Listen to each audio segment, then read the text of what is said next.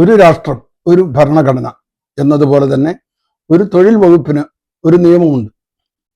അതൊരു സാമാന്യ തത്വമാണ്. ഉദാഹരണത്തിന് ഇന്ത്യൻ കസ്റ്റംസിന് കസ്റ്റംസ് ആക്ട് എന്നൊരു നിയമ സംഹിതയുണ്ട്. കൊച്ചിയിലായാലും കൊൽക്കത്തയിലായാലും ഒരൊറ്റ നിയമമേ ഉള്ളൂ. അതനുസരിച്ചാണ് സ്വർണവും മദ്യവും മറ്റു സാധനങ്ങളും വിദേശത്തു നിന്ന് ഇറക്കുമതി ചെയ്യുന്നതും പുറത്തേക്ക് കയറ്റിവിടുന്നതും. ഇക്കാര്യത്തിൽ സംസ്ഥാനത്തിനോ നഗരത്തിനോ എയർപോർട്ടിനോ പ്രത്യേകമായ നിയമങ്ങളില്ല. കേരളത്തിൽ 4 ഇന്റർനാഷണൽ എയർപോർട്ടുകളുണ്ട്. 4ഉം പ്രവർത്തിക്കേണ്ടത് ഇന്ത്യൻ കസ്റ്റംസ് ആക്ടും കസ്റ്റംസ് ബാഗേജ് റൂൾസും അനുസരിച്ച് മാത്രമാണ്. എന്നാൽ കൊച്ചിയിലെ customs commissioner GS Bains 2026 April 20 Nedumbassery എയർപോർട്ടിന് മാത്രമായി ഒരു പ്രത്യേക നിയമം കൊണ്ടുവന്നിരിക്കുകയാണ്. ഒരു വിചിത്ര കൽപ്പനയാണ് ഇറക്കിയിരിക്കുന്നത്. അതിന്റെ ചുരുക്കം ഇങ്ങനെയാണ്: കൊച്ചി അന്താരാഷ്ട്ര വിമാനത്താവളത്തിൽ മദ്യം പിടിച്ചെടുക്കുന്നത് കൈകാര്യം ചെയ്യുമ്പോൾ 2026 കസ്റ്റംസ് ബാഗേജ് നിയമങ്ങൾ പാലിക്കുന്നുണ്ടെന്ന് ഉറപ്പുവരുത്തുക. അതോടൊപ്പം 1977 കേരള അബ്കാരി ആക്ട് 1 വ്യവസ്ഥകളും പാലിക്കുന്നുണ്ടോ എന്ന് പരിശോധിക്കുക. 2026 ബാഗേജ് ചട്ടങ്ങളിൽ അനുവദനീയമായ പരിധിയിലധികം വിദേശ മദ്യവുമായി യാത്രക്കാർ വരുന്നതായി അടുത്തിടെ ശ്രദ്ധയിൽപ്പെട്ടു. അതായത് 2 ലിറ്ററിൽ കൂടുതലുള്ള മദ്യമോ വൈനോ അധികമായി കൈവശം വെച്ചാൽ പിഴ ചുമത്തിയതിന് ശേഷം കൊച്ചി അന്താരാഷ്ട്ര വിമാനത്താവളത്തിൽ നിന്ന് പുറത്തിറങ്ങാൻ അനുവദിക്കുന്നു. ഇക്കാര്യത്തിൽ ഇറക്കുമതി നയം 2022 ഷെഡ്യൂൾ 1 പൊതുകുറിപ്പ് 12 നിങ്ങളുടെ ശ്രദ്ധ ക്ഷണിക്കുന്നു.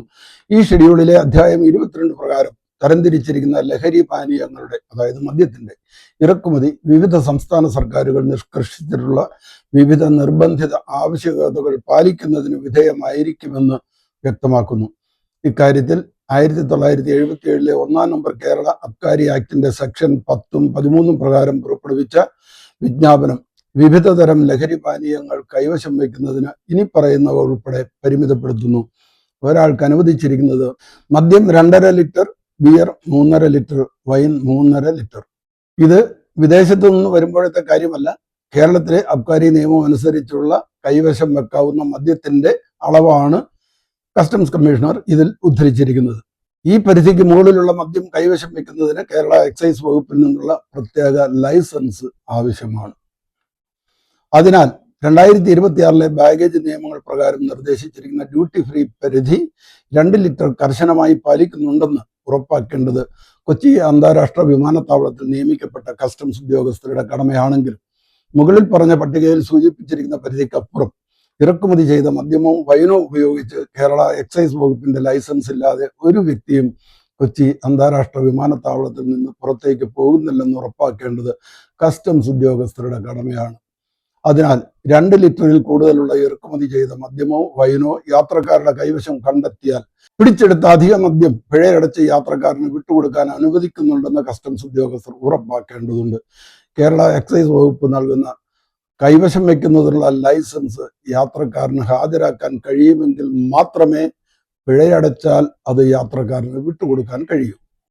സെക്ഷൻ 125 വ്യവസ്ഥകൾ പ്രകാരം നിരോധിത വസ്തുക്കളുടെ കേസുകളിൽ കണ്ടുകെട്ടലിന് പകരം പിഴയടയ്ക്കാനുള്ള ഓപ്ഷൻ കസ്റ്റംസ് ഓഫീസർക്ക് നൽകാമെങ്കിലും അത്തരം ഓപ്ഷൻ അർഹമായ അവകാശമില്ലാതെ പ്രയോഗിക്കാൻ പാടില്ല. ഉദാഹരണത്തിന് മദ്യം അല്ലെങ്കിൽ വീഞ്ഞ് എന്നിവയുടെ കേസുകളിൽ പിഴ ചുമത്താനുള്ള ഓപ്ഷൻ നൽകിയിരിക്കുന്ന വ്യക്തി അനുവദനീയമായ അളവിൽ കൂടുതൽ മദ്യം കേരള സംസ്ഥാനത്തേക്ക് കൊണ്ടുപോകുന്നില്ലെന്ന് ഉറപ്പാക്കണം.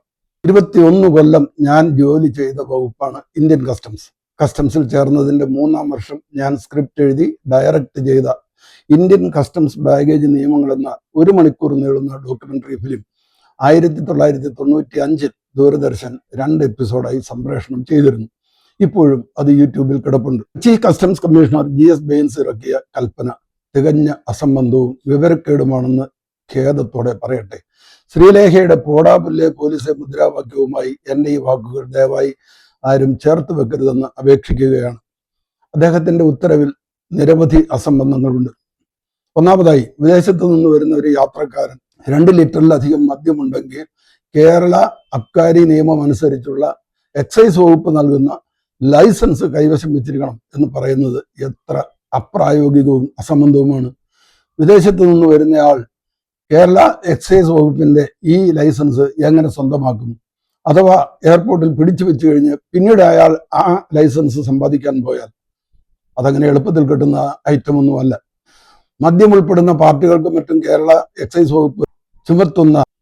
Licence fees 50,000 രൂപയിലധികമാണ്. മദ്യസൽക്കാരമുള്ള പാർട്ടികളിലും മറ്റും എക്സൈസ് വകുപ്പിന്റെ മുൻകൂർ പെർമിഷൻ എടുക്കാൻ ഒരാൾക്ക് 50,000 രൂപ മിനിമം ഫീസ് അടയ്ക്കേണ്ടതുണ്ട് എന്നാണ് കേൾക്കുന്നത്. ആ ലൈസൻസ് മേടിക്കാൻ ആണ് കമ്മീഷണർ ഇതിനകത്ത് ആവശ്യപ്പെട്ടിരിക്കുന്നത്.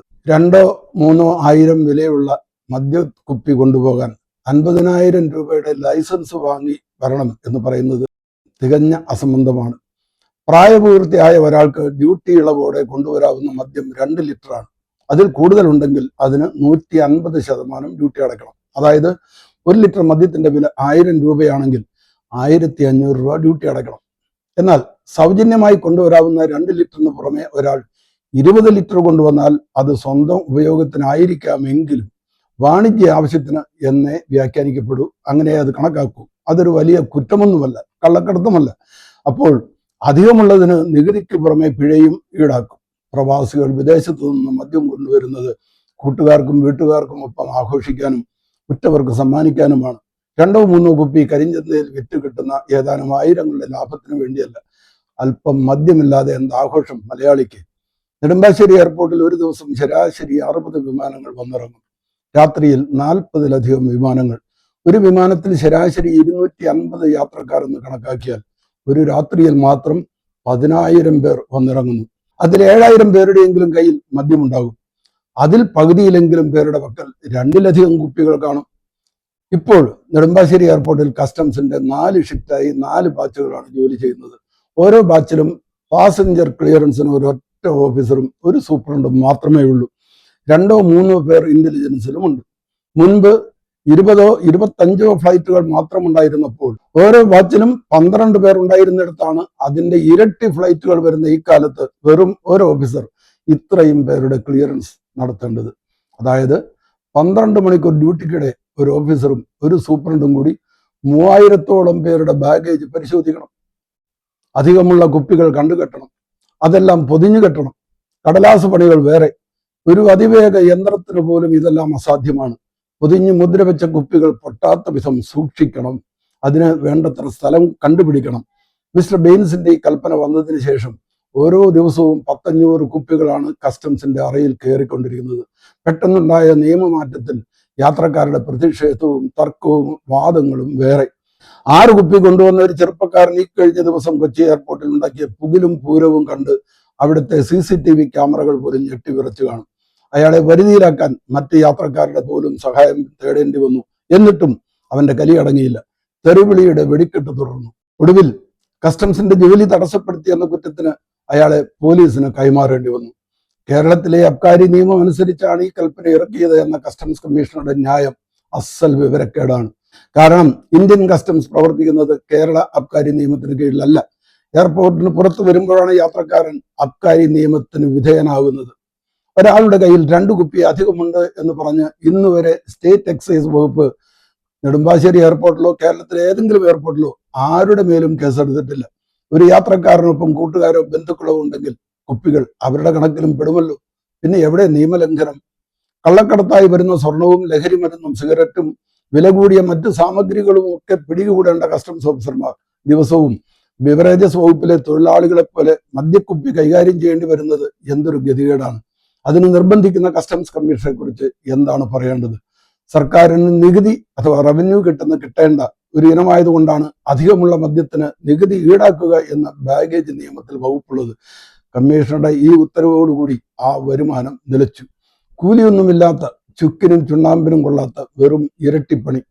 കുന്നുകൂടിയ ഈ കുപ്പികൾ പുറത്തെവിടെയും വിൽക്കാനും നിയമമില്ല. എവിടെയെങ്കിലും നിരത്തി ബുൾഡോസർ കയറ്റി പൊട്ടിച്ചു കളയാൻ, അല്ലെങ്കിൽ പാറപ്പുറത്ത് എറിഞ്ഞുടയ്ക്കാൻ വേണ്ടി മാത്രം ഒരു പാഴ്വേല.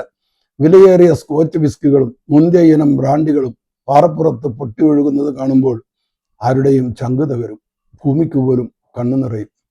കസ്റ്റംസിലെ അനേകം ഓഫീസർമാർ ഈ കുഴപ്പങ്ങൾ ചൂണ്ടിക്കാണിച്ചിട്ടും കമ്മീഷണറുടെ കണ്ണ് തുറന്നിട്ടില്ല.